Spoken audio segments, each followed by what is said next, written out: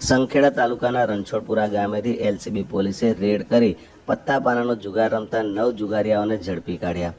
Chhota Udepur LCB પોલીસને મળેલી બાતમી આધારે રણછોડપુરા ગામે નિકુલસિંહ વિક્રમસિંહ ડોડિયાના મકાન પાસે લીમડાના ઝાડ નીચે ખુલ્લી જગ્યામાં કેટલાક કિસ્મો પત્તાપાનાનો જુગાર રમતા હોવાની બાતમી મળી હતી. આ બાતમી આધારે અત્રે પોલીસે રેડ કરી હતી. રેડ દરમિયાન અહીંથી 9 જુગારીયા ઝડપાયા હતા.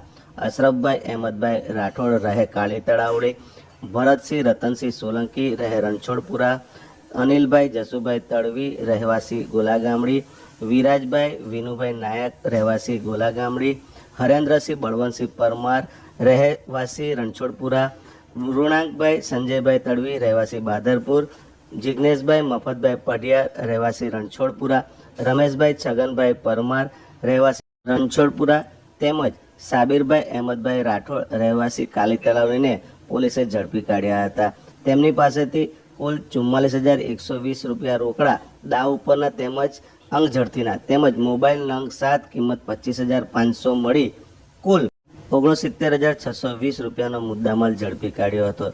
જુગાર ધારા મુજબ એલસીબી પોલીસે સંખેડા પોલીસ મથકે ફરિયાદ નોંધાવી હતી.